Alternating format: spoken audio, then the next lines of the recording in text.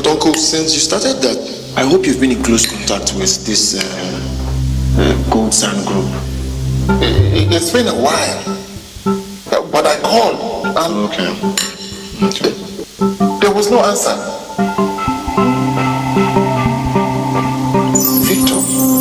Victor said, no, it can't be Victor. Victor said it's going to take weeks. Hey! Okay, I hope all is well.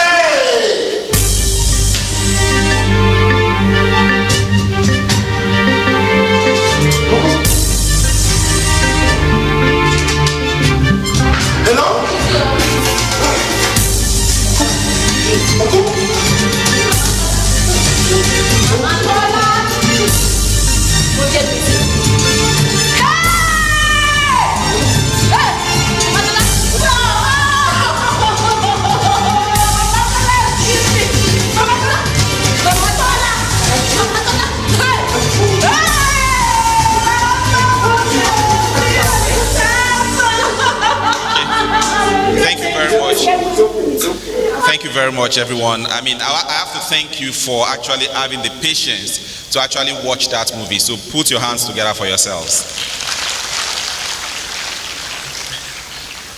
Now, we've learned a lot of things from that movie. You know, you're actually patient. So I hope the roving microphone is available again. We're going to do this for the next 5 minutes and we'll wrap up this session. It's meant to be as practical as it can be. So what did you see, apart from the definitions given by Kayode, Ifeoluwa, and Okoyemi, what else struck you from what a Ponzi scheme is? Okay, so I want universities that have not spoken to speak. So Kwasu, I know you just joined. Okay, we will give you some time. You know, can we have University of Offa? Someone should speak. Ojaja University, please, can you just, yeah. If your school has not spoken, then you speak. Okay, I want about 4 or 5 more things, you know. Yeah, please go ahead.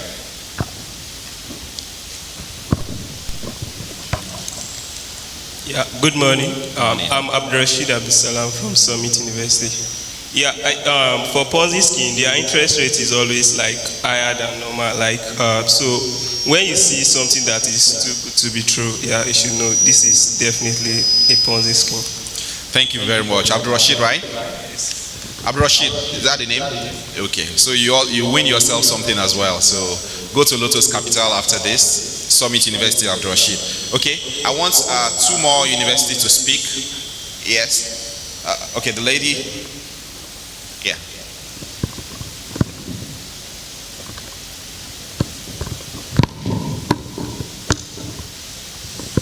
I am Yusuf Ramat from Amapati University. Ponzi scheme can also cause psychological trauma to human being and depression and also cause suicide. Thank you. Fantastic, fantastic. Please let's clap, please. Psychological trauma, it could lead to suicide, it could lead to depression, it could lead to a lot of bad things for a lot of people. That old man there, if the care is not taken, he could actually die, you know, because he has put all his life savings into it. Okay, so let's have more schools. Okay, hello, Rovi Mike. Okay, start from there, please. The person with the cap, yeah.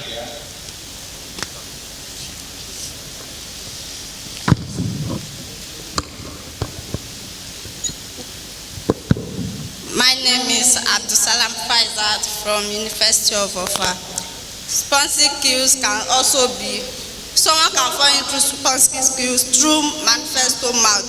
The way they prescribe it to you if you don't have patience, now they can say if you invest 100,000, you will get 200,000. So that can make you fall into the victim. So if care is not taken, someone can commit suicide through that.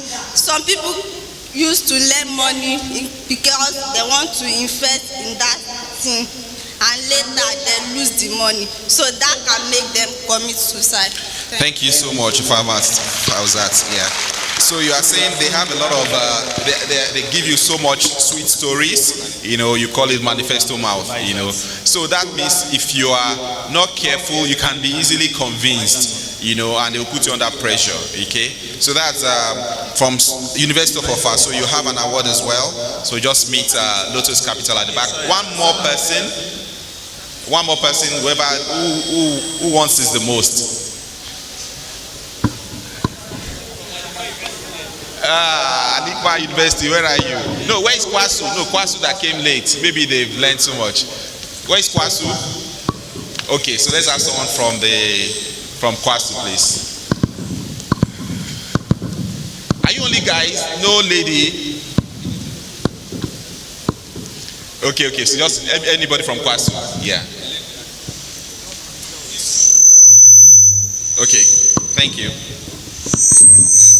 From what I saw from the video. Your name? Sorry. Yeah. My name is Ahmed from Kwasu. Yeah, from what I saw from the video, Ponzi scheme is a platform whereby, or let's say any platform whereby you see you can invest in a short period of time and actually gain more. It turns out to be a lie. Okay. Thank you so much, Ahmed. You know, so you have an award from Lotus Capital as well. That's Kwasu. Thank you, everybody. I think we've learned so much from this video. You really want to say something? Okay, Alikma. Oh, Jaja. Okay. Stand up. Your voice is loud enough, so let's hear you. No, your voice is not loud enough. Just chill. Okay, let's hear you. Okay, go on, it is. Majority of Ponzi scheme victims, they're always very ignorant. I mean, that's like the first thing to notice. Come again. They're ignorant of the consequences of what they're about to get themselves into. And I don't know, it comes really sweet, and the offers, they tend not to listen to people that are trying to call their attention to the fact that it is a scam, because it looks very interesting. It's a very beautiful sight to behold, if you ask me. But then, don't try it. Okay. You're gonna cry.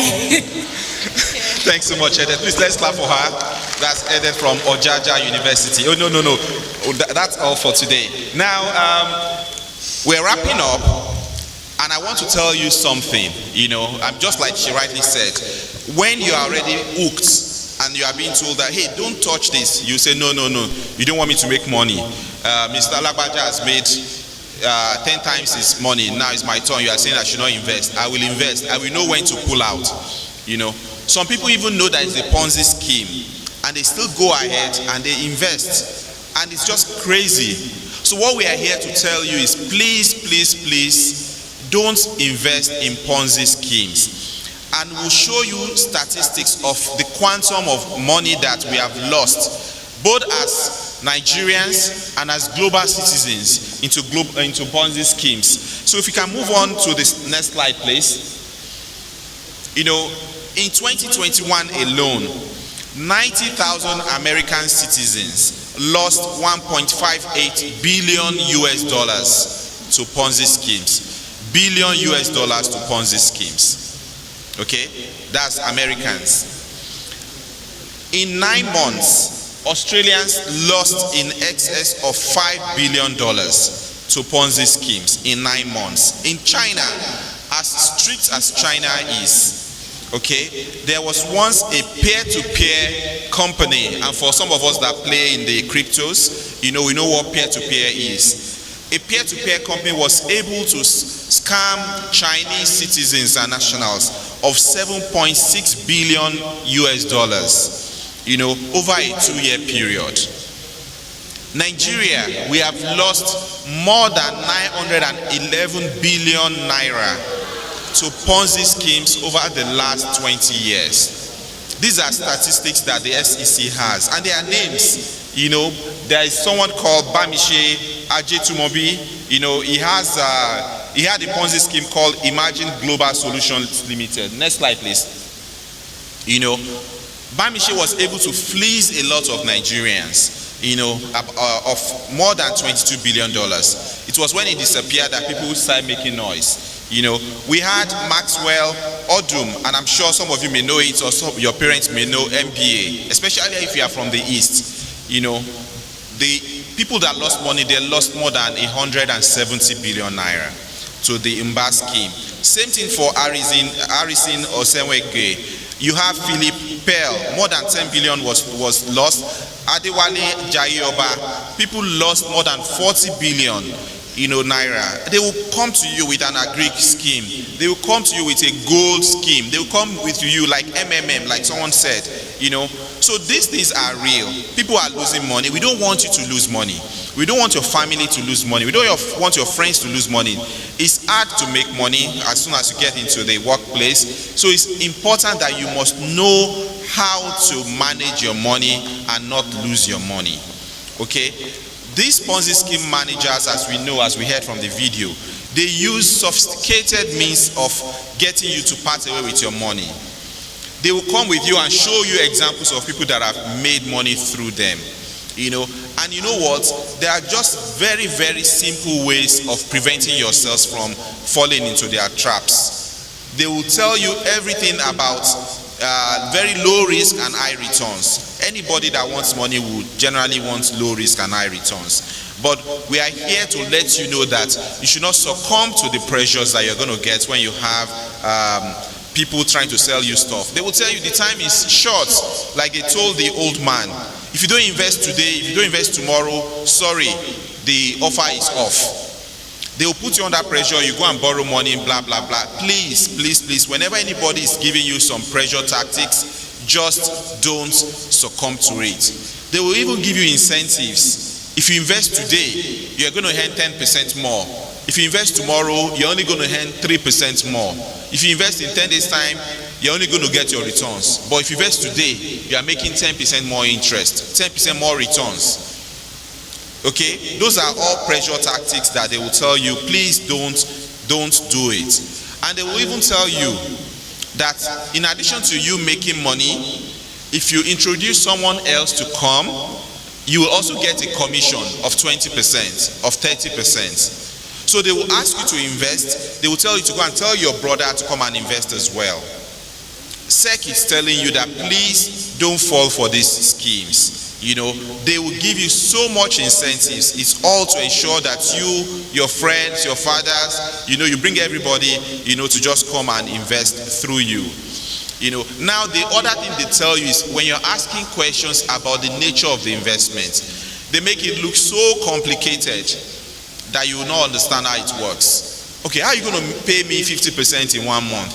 We're buying gold in Dubai. We're going to refine it in Qatar. We're going to sell it in America. Then we're going to bring it to South Africa. And all this chain, there is additional value being created. So by the time it gets back to you, you've earned 50%. They make it so complicated that you cannot trace them. Now, there could be many, many ways of them coming to you. We know how they come in gold, agri commodities. Tomorrow it may be through technology, betting, and all these various scams. Now, the only way you can protect yourself is to ensure that whenever you're about to make any investment, ensure that it is regulated. The only entity that regulates investments in Nigeria is the Securities and Exchange Commission.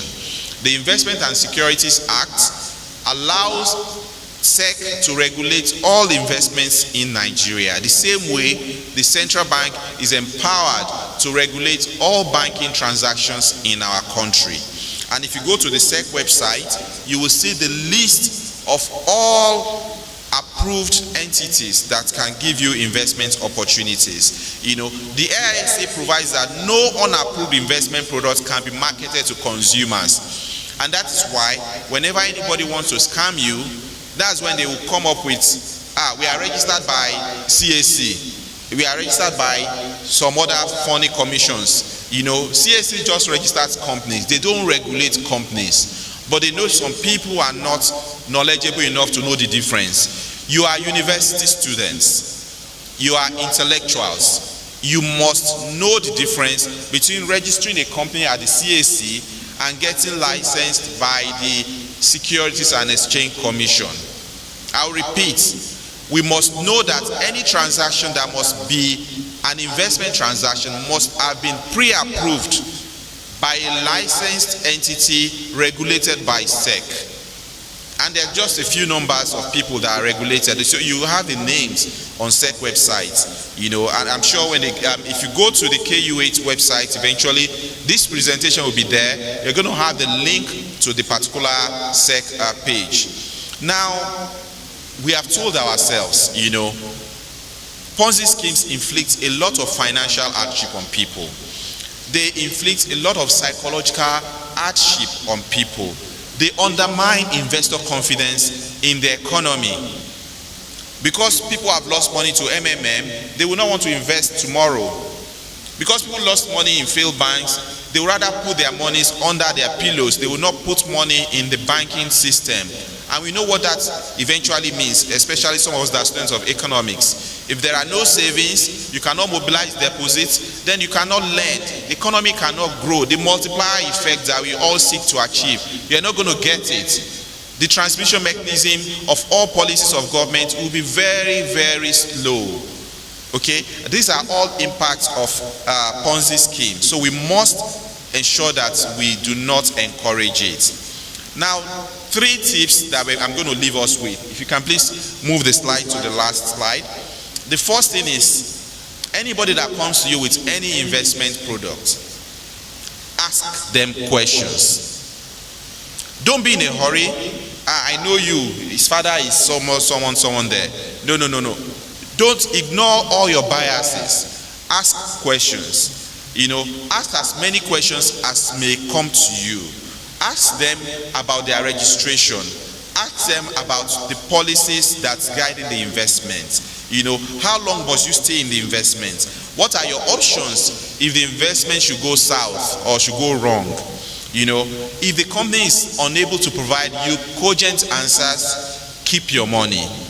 Sometimes it is better to have your money give you 0% return than give you negative return. Okay? Keep your money. Otherwise, you could even lose your principal. So ask questions. That's the first tip. Ask. The second is check. So you've asked questions. They've given you answers. Check those answers. The simplest way is check the SEC website. Is this company true? Do they have the license for what they are selling? You also need to be careful because sometimes a licensed entity might be doing what they are not licensed to do. Okay, so check yourself and be confident that this entity is properly authorized to do so. And if you do not have any information or you are unable to verify, keep your money to yourself. Check and then confirm. You know, confirm everything you have checked before you make your investment. You can check CAC website that the company is registered. You can check the CBN that they are licensed. Check SEC that they are licensed. Remember, dealing with any unregulated company means giving up your rights and safeguards offered under the Investment and Securities Act. So if you invest in an entity that is registered, most entities, especially stock exchanges, they have what we call Investor Protectors Fund or Investor Protection Fund. They have what we call Trade Guarantee Fund. Okay, so if you are really investing in licensed entity through an exchange and you lose money, maybe out of negligence of the operator or because the transaction just went bad, out of no fault of yours, and it's not market driven, you are able to recover some or all of your money if it's because they are protected by the IPF, Investor Protection Fund. If you are invested in an entity that is legally registered, the SEC can stand in for you and pursue the case appropriately to a logical conclusion to ensure that you are properly, your loss is mitigated. You can approach the Investment and Securities Tribunal and get your money back. But if you invest through a Ponzi scheme, no matter how much you have lost, so long as the entity is not regulated, you are on your own. What did I say? Okay, I don't want you to be on your own when it comes to investment. So please, I need you to be very, very wary of Ponzi schemes. Ask as many questions as you can. Verify, check, and confirm. And I wish you all the very best. Thank you very much, everyone. Yeah, so I don't know if there are questions that you have. Yeah? Okay, thank you. 1, 2. Please, another round of applause for Dr. Akim Oyewale. Well, he's been talking to us on the impacts of Ponzi scheme on students and the economy at large. And I want to believe we've been able to learn one or two things in the course of this. And I also like to believe that in the course of the question and answer, you'll be able to tell us also why we must not, get involved in creating any of these Ponzi schemes as well. It is not enough for us not to invest in it, but we need to look at it the other way around as well. Once again, ladies and gentlemen, you are very much welcome. For the purpose of those who just joined us, you are very much welcome to this program put together by the Financial Literacy Technical Committee of the Securities Exchange Commission, Nigeria. And it's a regional investor awareness program themed investor education for an emerging economy. So once again, you're all very much welcome. Why Dr. Oyewale was delivering his paper, they were joined by Her Excellency, the Honorable Commissioner for Education and Human Capital Development, Kwara State, Haja Saadatu Modibo Kawu, who is here ably represented by Mrs. Roseline Omolola Ayonshola of the Department of School Services. Mrs. Ayonshola, you are very much welcome. You are to join our Vice Chancellors here, ma'am. Thank you very much. Please, let's keep clapping till she gets to her seat.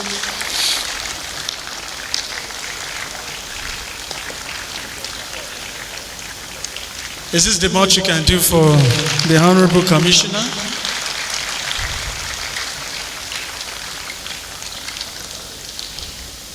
You're welcome. On the seat, man, we have Vice Chancellors of Thomas Adeomi University, Ojaja University, University of Ilorin, and our keynote speakers. So you're welcome once again.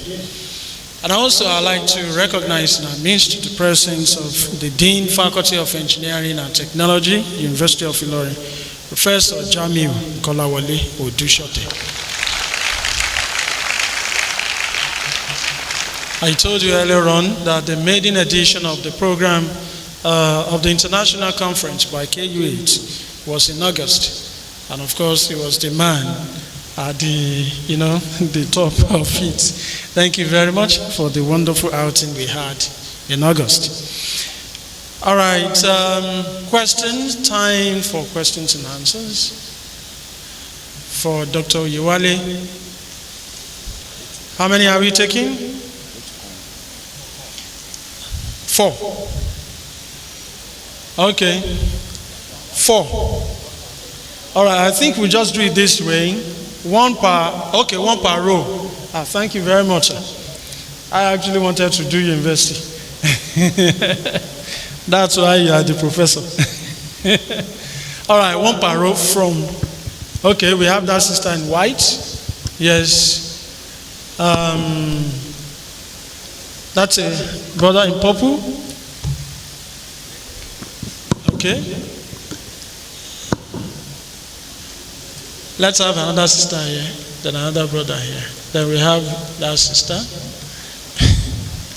You may wish to rub minds with the person. Okay, and 4. All right, the first person from Landmark University, I believe. Good morning, sirs and ma'ams. My name is Betty, Brown Betty from Landmark University. I would first of all like to appreciate SEC and FLTC for this opportunity to learn. Okay, my question goes to Sir. You made mention that there are a few companies regulated by SEC and they are on your website. So my question is now for women, for market women and I think there's a speaker around that place.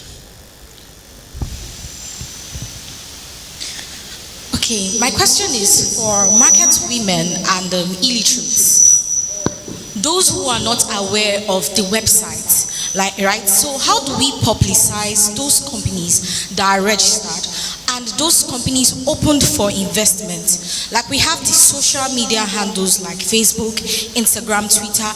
So like, can SEC use those platforms to like create awareness for companies open for investment, since everybody is like going into the social media aspect? So it's just like more of an awareness. And then the second question is, does the FLTC have a platform to facilitate a collaboration with private individuals or organizations who can serve as mercenaries in spreading the bad gospel of Ponzi schemes? Thank you very much. All right, thank you. So let's harvest the questions. In purple. Yeah. Please just go straight to your question. Thank you for the presentation, sir. Ibrahim Abdulbasit by name.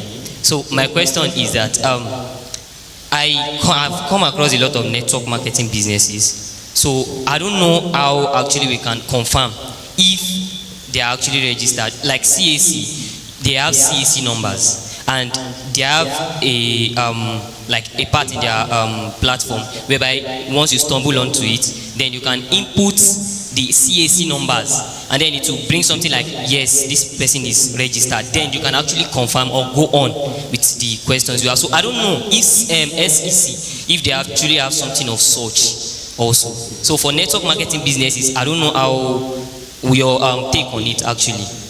Thank you. All right, thank you. Next is the lady there.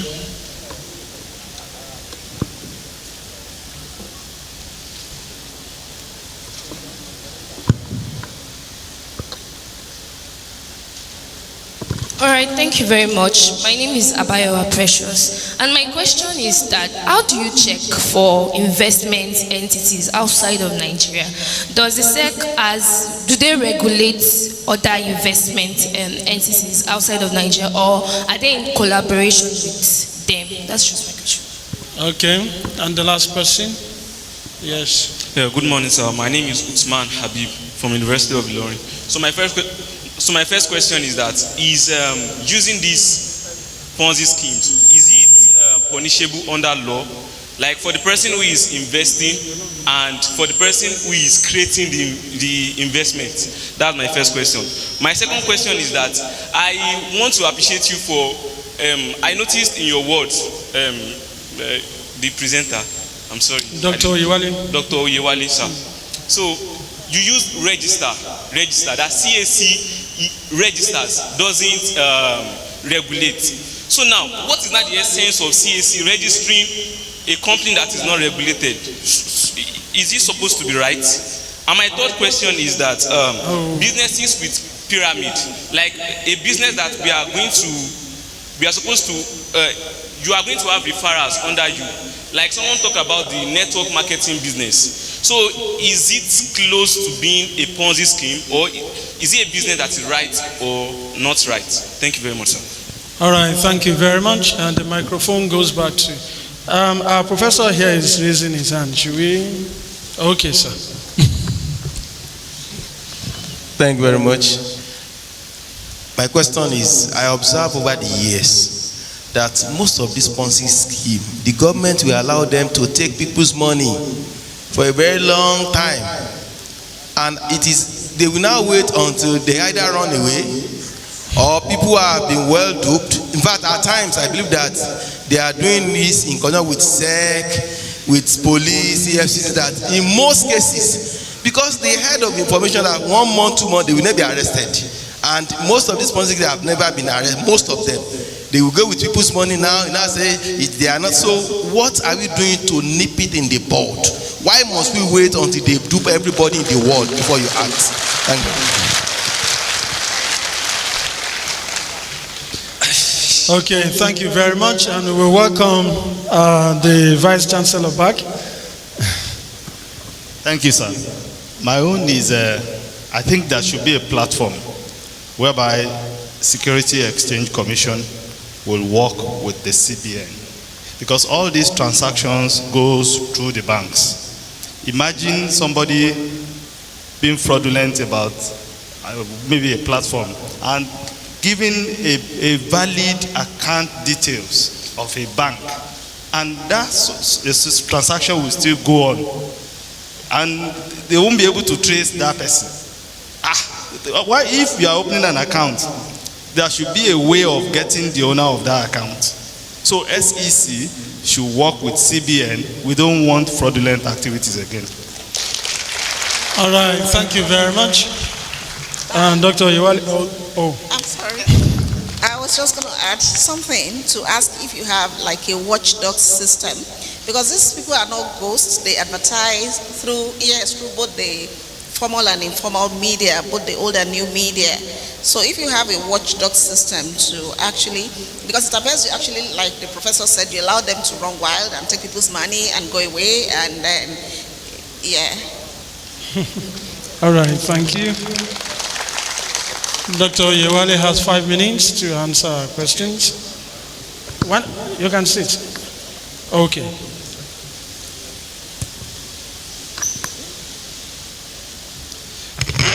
Thank you very much for your questions. I will just quickly try and provide answers. So I think Fatih from Landmark, if I got your name right, you are asking about the illiterates, and how they could also be prevented from falling to this social malaise, which is essentially the Ponzi schemes, and how we could also utilize the social media, to create awareness to ensure that they don't fall victims. So the SEC, through the FLTC, we actually have social media handles, at FLTC, and you can always check us out. Instagram, Twitter, Facebook, so you can always engage with us on some of our materials on a regular basis for you to learn more, about Ponzi scheme and other things about the capital markets. Now, for illiterates as well, you have to understand this. The SEC has licensed people we call financial advisors. We have stockbrokers. You have asset managers. These are people licensed by the SEC to provide advisory services and guide us in our financial and investment decisions. So you could reach out to any of these people. If you do not understand all the jargons, that are always in the document that they share, ask a licensed stockbroker to break it down to you. Brokers are available in most places, and they can advise you. The second thing I will say is also that the SEC has tried over the last few years to advise those that are not so knowledgeable and want to invest through what we call collective investment schemes. These are mutual funds, that allow you to invest 50,000 naira, 20,000 naira, 100,000 naira, however you need, just use it in a licensed mutual fund and you're going to get your returns on that. So that's one of the ways that we can help those that have very little knowledge or that are illiterate and wants to participate in the market as well. So is there any arrangement to minimize all these mercenaries of Ponzi schemes? I would like to add that to one of the other questions by the professor as well. That you allow these Ponzi scheme operators to run wild, and when they have fleeced people of their monies, then you now go and try to crack down on them. What SCC can do is to create awareness, just like we are doing now. To let people know that when you see anybody comes to you with very, very mouth-watering projects, investments, you should be on guard. You should apply the ACC principle. You should ask, you should check, you should confirm before you participate. The SEC has sponsored the use of a lot of billboards, to let people know that when you see this kind of trades, don't jump into it. When you see this, talk to your stockbroker. It's quite challenging. Nigeria is a vast country. It's quite challenging to actually police everybody with evil minds, with challenging minds, because they can come to you in a small state, in a small local government, and create a scheme. Just like the MC said after my presentation to you guys, you are young, you are brilliant, you are learning about Ponzi schemes, but we are teaching you Ponzi schemes to avoid it. We are not asking you to go and be innovative and create Ponzi schemes yourselves, but you have so many people that use their intellectual capacity in a negative way, and it's always a lot of catch-up that the regulators are always having to do, because they will come up with a new scheme that the regulator hadn't heard before the regulator knows they fleeced people of billions of naira. So what we can do as much as possible is awareness. Don't let your papas, your mamas fall prey. Don't fall prey yourself. There's also the question about networking organizations that says that they are SEC or CAC registered. How do you check that they can be registered or whether they are registered by SEC as well? The easiest way is for you to go to the SEC website. And you can always put the name of that company on it, and it will tell you if it is registered, licensed, or whether it is not. sec.gov.ng. It's very, very simple. You just go there, sec.gov.ng.